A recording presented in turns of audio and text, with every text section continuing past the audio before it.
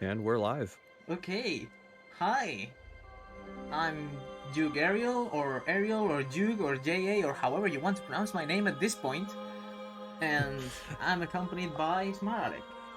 Hey, I'm Smart Alec 24. I'm gonna be helping Ariel with the commentary. He did some commentary for me for my runs back at Retrothon this year, so this is me returning the favor. But yeah.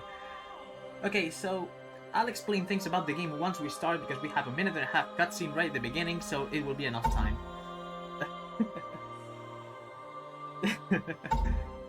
So yeah, we're going to start in 3, 2, 1, go. Okay, so Unworthy. This is a 2D Dark Souls Metroidvania game, kinda. It's a really good game and it's a really good speedrun that I really love, so... But don't ask me anything about the lore, because I have no idea and I've beaten the game 100%. Did that guy's head fall off at the beginning? Yes. Oh my gosh. Don't ask. So yeah, if it's a Metroidvania, as I said, and like the lots of different rooms together, get items and all of that fancy stuff. But the funny thing is, we don't really jump. We cannot jump in this game. We can only roll and attack, and that's it. That's all we can do. Yeah, there is going to be an item pickup later that will allow you to move vertically, but Yes. I'm not going to spoil it. Yeah. For now, just more cutscene. We're getting Turtle or whatever. I don't know. Yeah, the first few minutes of this are pretty easy because after these cutscenes, it's essentially a tutorial to kind of, make sure you understand the mechanics, and then you get going. Yep. So for now, I'm going to explain the hub. You see, the top white bar is our health. The bar right below is our stamina bar, which replenishes pretty much every time we do anything. Yes, yeah. So attacking, rolling, weapons, Everything, like all that kind of yeah. stuff. Yeah. Then we have an experience bar, which will not really care about that much for now. Our level, and then there's the U. Now, what is the U? That is our weapon ability. Right now we have just some chains that don't have an ability at all, so we just have a U there, and that's it. Then on the bottom left, we have our healing items, which will replenish every time we get a checkpoint. For now, we won't use them because this part you literally cannot get hit, so... Can you die in the tutorial? I have tried. No. Oh, okay. But at least you tried. Like there's a single point where you can get hit, and then literally seconds later you get a health refill, whether you want to or not. So, yeah. But yeah, that was the tutorial. Another thing on the HUD that I forgot to mention, on the top right, you can see the currency of this game that goes up every time we kill an enemy or a boss or whatever, which is sin. We don't care about it in the entire run, so it's all okay. But yeah, now that we're done with the tutorial, now is when the fun things begin. There are actual enemies that will actually hurt us. And then we also have our first weapon, which is the sword and shield. It's pretty okay. It deals decent damage, nothing amazing, but it definitely packs a punch. But the important thing is the shield, which is the ability. It pretty much means that we can nullify any hit whatsoever, as long as it's charged. So with the stamina rolling, do you have to have a certain amount of stamina to be able to roll, or can you just, as soon as it starts refilling, you can just put in another roll? As soon as you have any single thing of stamina, any single unit, you can already roll. Gotcha. And can you buffer the input, or do you have to wait until... You can buffer, but like, not really that useful. There you see the shield. And yeah, another thing. Elevators. Elevators will not work if there are enemies nearby. So you have to either kill them or lure them away. That's the main thing with the beginning of the game. There is a little bit of fall damage as well, but that will be... won't be that much of an issue there. Yeah. And plus there are going to be a couple little skips later on where you're falling and you're not really going to take much damage from that. Exactly. So, you may have seen some bonfires, that's just like Dark Souls, those are checkpoints. You may have seen how I intentionally skipped this level, because if everything goes to plan, I will die right after getting the boss for a death warrant. But yeah. We are into the first boss right here, which is Suet. Fairly simple. I have died a couple times, but nothing that much to worry about. And the thing with bosses in this game is that as you start dealing damage, eventually the bosses are going to start doing more attacks. So once the boss reaches a certain amount of health, then he'll start doing some extra attacks. So, but if you know what's coming and you know at what point he's going to start doing new things, then you're good to go. So like there, he's using like a fire attack now after he swings the sword. Exactly. And as you may have seen, the boss itself doesn't really have a hitbox, just the attacks. Which means it's great for us. We can just get next to it. Something really cool about this game is that it's all in black and white except for the blood. Yes. Adds to the creepiness and the horror, if you will. Sorry, I'll see myself out. Sorry. What was that? I don't know. Do not die, thank you. Oh wow. Yeah. But yeah, there's a couple seconds delay on my end, but that's okay. It's no issue. Filth cleansed. Yep. So now we have the Council Lantern. The reason we need that is to be able to see on the next area. And you may think, oh, but in a speedrun, couldn't you just do the whole place blind? No, for some reason, you cannot go past the first screen without the lantern. It's a necessity, sadly. So now here that we have already beaten the boss, we're going to take a death on purpose. And we're going to respawn on the last checkpoint. We are going to lose all of our sin, but again, we don't care about that.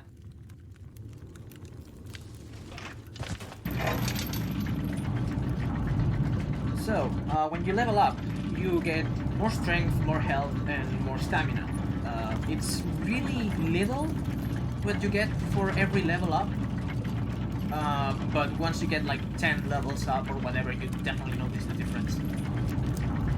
But yeah, the main thing you want about the level ups are the strength, the strength ups, pretty much. So now we're into the Catacombs of Earth. The main enemies here are these spider things, that they are a pain.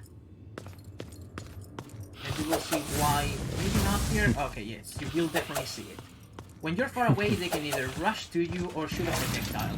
And that messes everything up when you're trying to run as fast as you can to the elevator.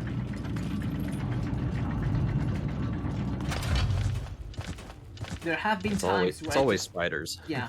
There have been times where I got battering G on a room or whatever and ended up losing a minute or two just going around the room trying to lure them out, and they just couldn't move. So yeah, you can see there by rolling we can nullify the fall damage, but most importantly when rolling we can also like turn around right as we're falling to roll on the other direction, and that will be useful on a certain spot to pretty much skip a moving platform.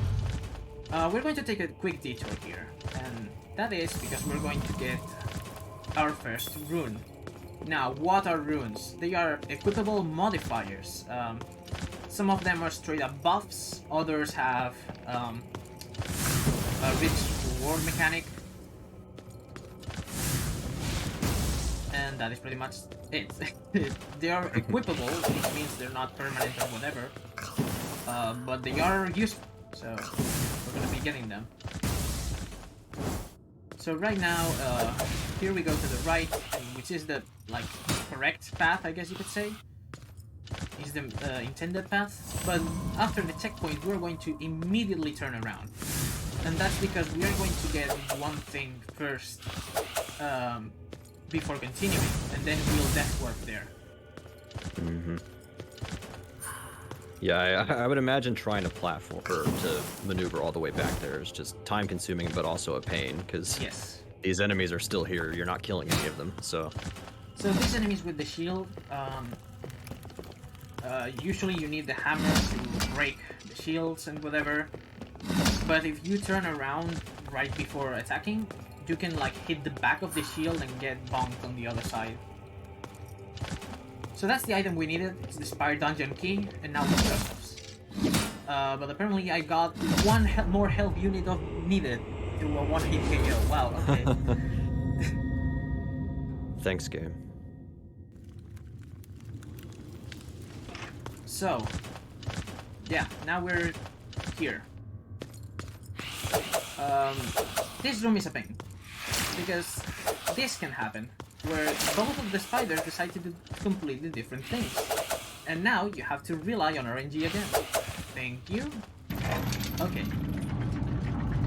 And it actually is RNG, there's no way to manipulate. Yeah. Some enemies later will be able to be manipulated into getting whatever we need from them, but from here it's everything RNG/AI. Right, because I mean, the enemies with the giant shields, you can just bypass those. You don't really have to worry about what they're doing, but for those, it's you kind of have to rely on what they're doing.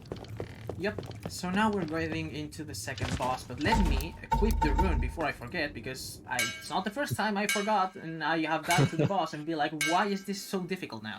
What was the detour for? Exactly. So now, we have Narcos the Anvil. This is the first actually kinda hard boss of the game.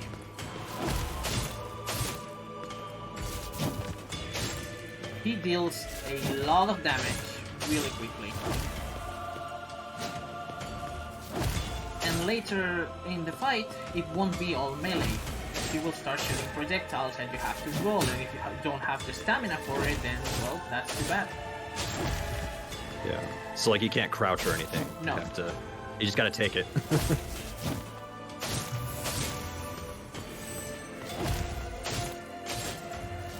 So yeah, now the fight's getting more difficult because he's halfway through his health. So now after he's attacking, he's using some electric sword or something. I don't know what he's using. But yeah, I have no idea either. Yeah, essentially the boss fights do get tougher as they start losing health.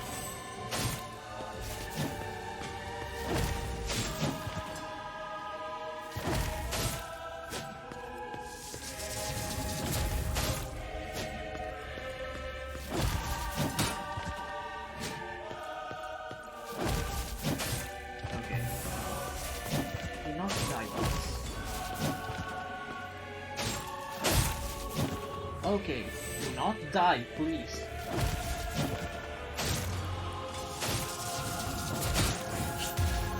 That was really freaking close. Okay. Ariel, you're scaring me. I am scaring myself. You're scaring me. My goodness. Okay, so we have the hammer of unmaking. We can break stuff.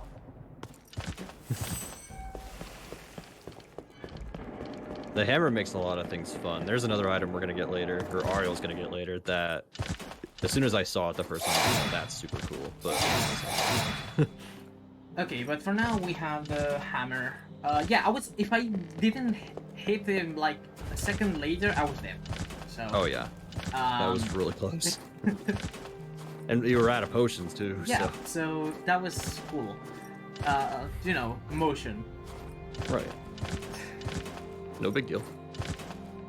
So, now that we've beaten Narcos, again, we have the hammer. Not only does it break stuff, the ability it has is it shoots a projectile, which is not really that useful as a projectile as it is just a way to make more damage.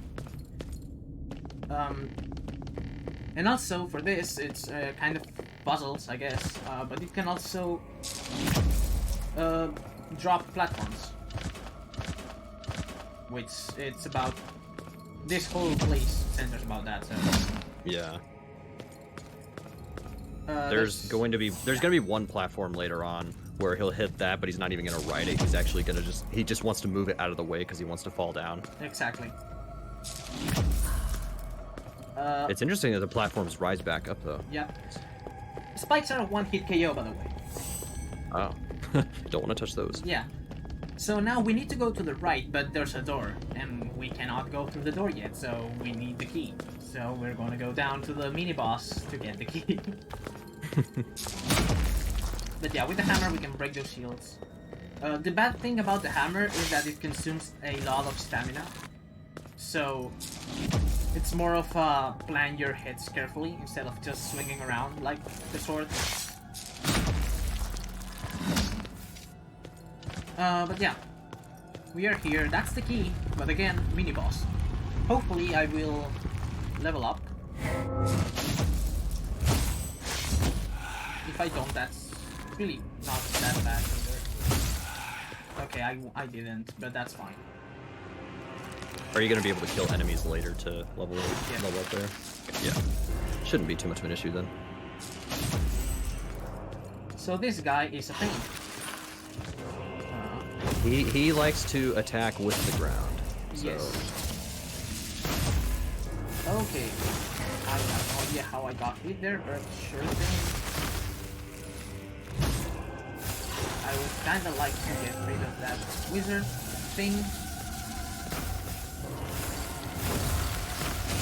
And that's the level up, okay. Yeah, it all worked out. Yeah, Frost, as you can see, just slows you down a lot. To the point where it's kind of not worth it trying to hit things while you're slowed down. There was also Burn, which you might have saw a glimpse of earlier, and that just depletes your health over time. Yes. But you can get it, you can get out Yeah, of you burn can roll. by rolling, Yeah. yep. Yeah. So Stop, yeah. drop, and roll, you know? So now that we have our key, we can just go back there and get where we need to go. Yep. Going through that door. There are secret places, as you can see, that it's mostly just an easier way to get back to where you need to go after a boss or whatever.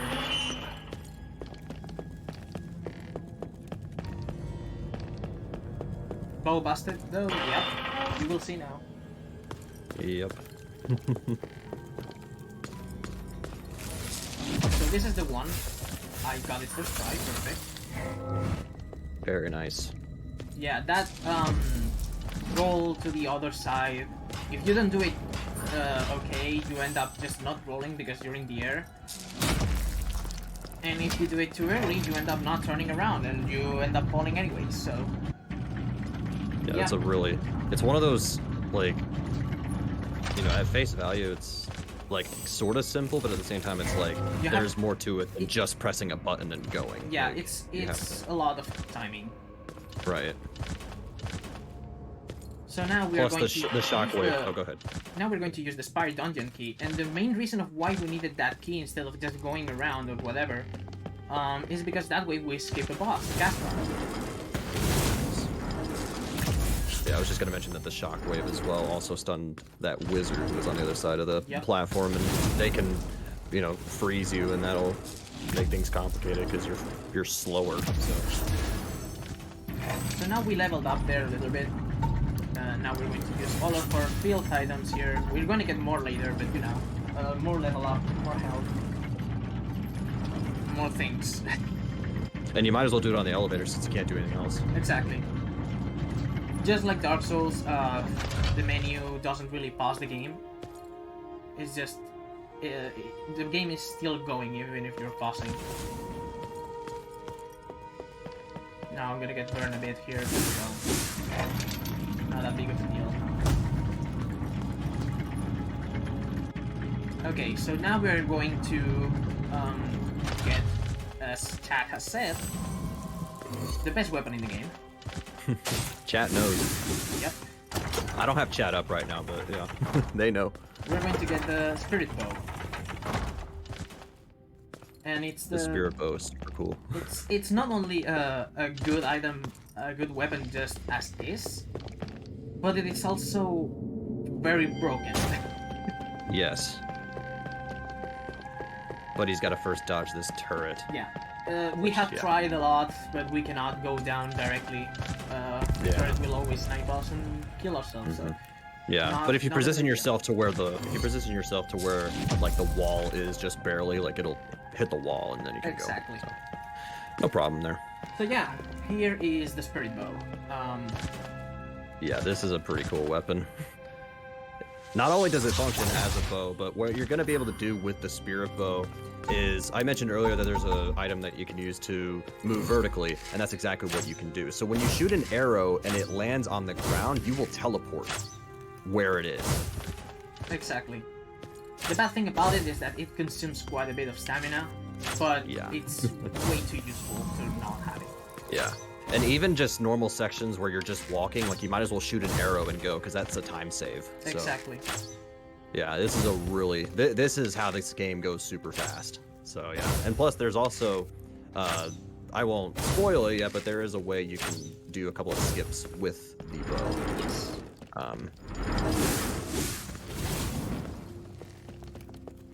I took burn there, but that's okay. The main reason of why I did it is because that way, those enemies, if they hit you, they can get you out of the staircase. So like, it's better to just take the burn while they're doing an attack, and that's it, because burn doesn't really stun you or anything. So. Plus, you can just keep rolling and it'll stop, and you're not going to lose too much health depending on where you are. This part is difficult. Yeah, this one's a tough one. Again, spikes are one-hit KOs, so. Yes. Luckily, if the I missed the cycle. Oh well. Luckily, if the arrow lands in spikes, it doesn't really matter. It will just not teleport you, and that's it. Right. Of course, you don't want to land right next to the spikes and then accidentally like touch the spikes just barely. Exactly. I'm gonna use a little bit of health here because I got him here multiple times. Just like that, I'm thankful I did it. But yeah, now we're back to this part. We're going to use the regular bow just a bit to kill that guy. You don't technically need to, but if it hits you out of the platform or something like that, which has happened before to me, you end up losing way too much time, or sometimes even just dying, so not worth it. But we're going to take another quick detour here to get another rune that we won't use until the end. But yeah, the puzzle here is just walk to where the scythe is pointing. That's the puzzle. That was hard. Yes. I mean, if I was playing this blind, I would have no idea what I was doing, so... Okay, so now, we're into Father Amandil. This boss is really easy as long as I don't mess up. That's it. Yeah, easy. There you go. So the main... No problem. The game has a mechanic just like, for example, Yoshi's Island with the Piranha Plant boss fight, in that if you hit it before the actual fight starts, it's a one-hit KO. And that's it. So now we're back at the beginning, because killing that boss unlocked fast travel. And the main reason of why we're here at the beginning is because of the pretty big skip. But first of all, before that, we're going to get another rune.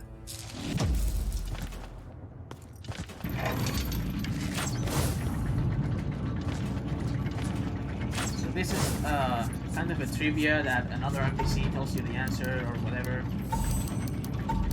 But yeah. My typing is not on point. Oh well. Thank goodness there's a backspace. There's some games where there's no backspace and you're just like, dang it. But yeah, he's got the rune now. So yeah, now I'm going to equip it and quickly unequip it. because that puts me at 1 HP, and then Death Warp again.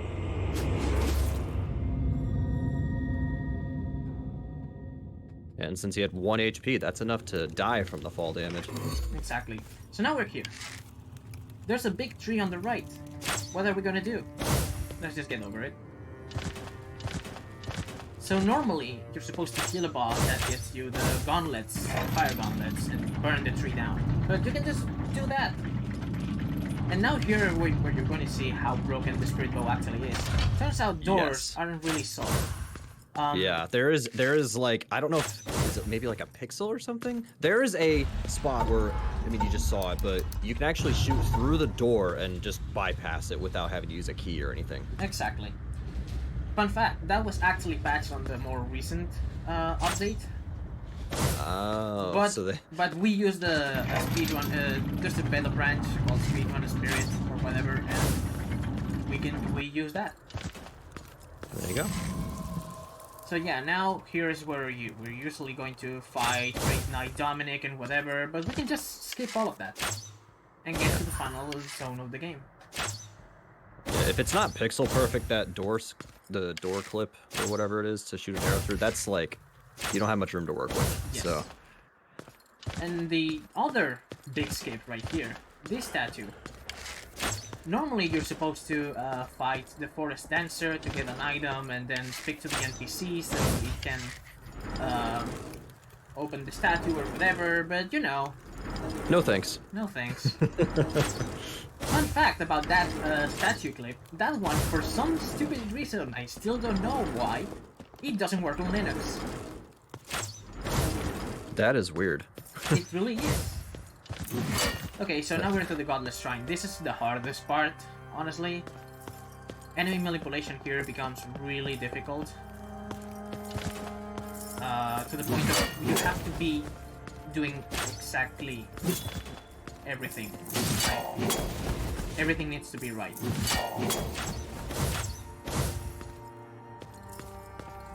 We're going to take hits on the ladder, but they are not strong enough to knock us out of it, so it works. And here we're going to bait this guy and up the elevator. Okay, that was really cool. That went fine.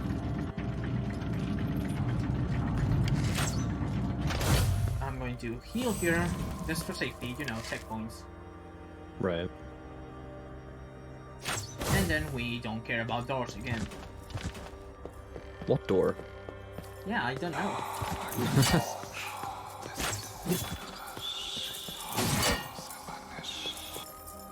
So now we're climbing up. And this is the hard room. Hopefully you get it first try. I did it. Okay. Do not die, please.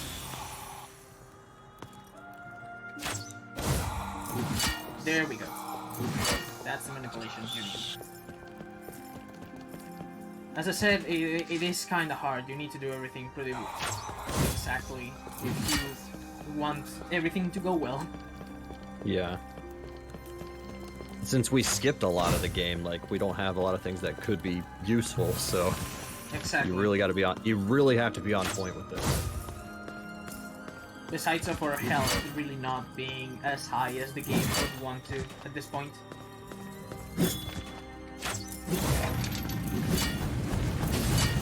Yeah, as you saw, though that jumping attack can still hit you even if you're on the elevator. So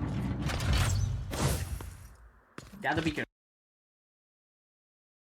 with that. Okay, so now we're in the final elevator, about to fight the final boss. We're going to equip both runes we got. One increases the damage by 25% when we're below 30 health, and the other, which is a great synergy, will reduce all of our health to 1, but every 4 health is more strength.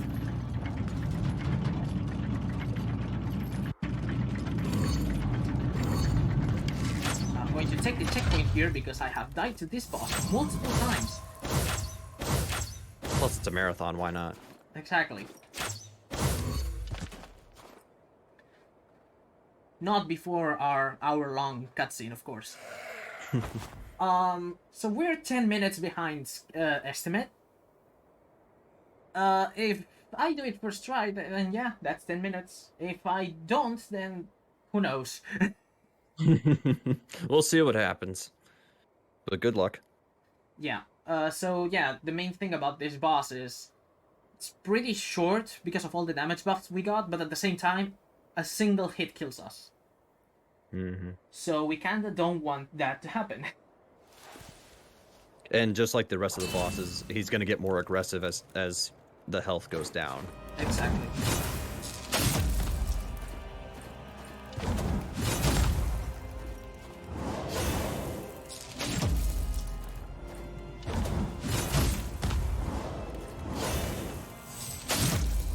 Okay, Doggo is screaming. Doggo. Too bad.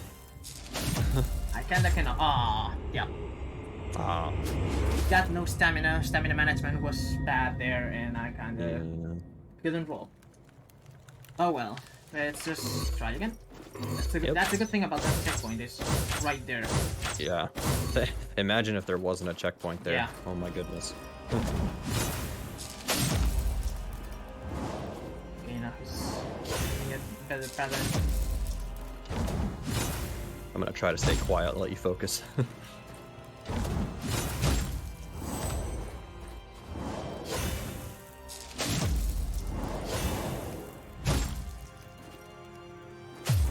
I rolled. Come on. That was bad. That was just bad. So now you see why the estimate is 40 minutes. Yeah. This game is hard, especially the final boss. Yeah. It gets really hard.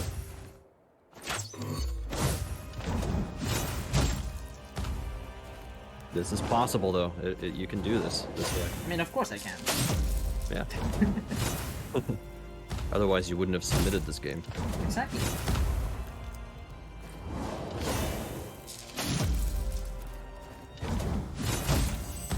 yeah, gotta focus a bit.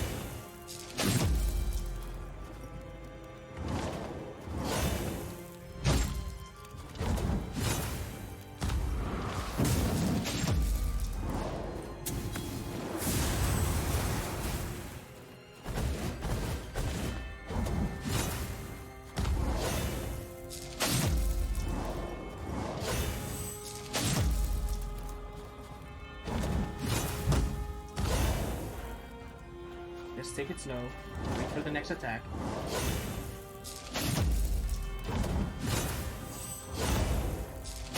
And that's it. And time. GG. 3202. Really nice. Yeah. Not bad at all. GG. So yeah, that was unworthy. And now was the lore, turns out we become the cloaked figure or whatever, and now we are the lord of everything, I guess. I don't know. The lore in this game is so convoluted, I have no idea what's going on. But to be fair, it doesn't help that we skipped a lot of stuff in the game, so that doesn't really help with trying to understand. Again, I've played the game 100%. The lore is non-existing. You just have to figure things out. But yeah, this was Unworthy. A game I really recommend everyone to play because it's really good. It's hard, but it's really good. And yeah, it's just really good. That's it. That's all I have to say about it. But yeah. So I hope you had fun with this run. Do not go, because now the rest of the marathon is going to continue, and it's really packed with good games. So, but yeah, thank you for watching, and thank you, Alec, for commentating. Hey, no problem. Thanks for letting me commentate. Yeah, that's it. Thanks for watching, y'all.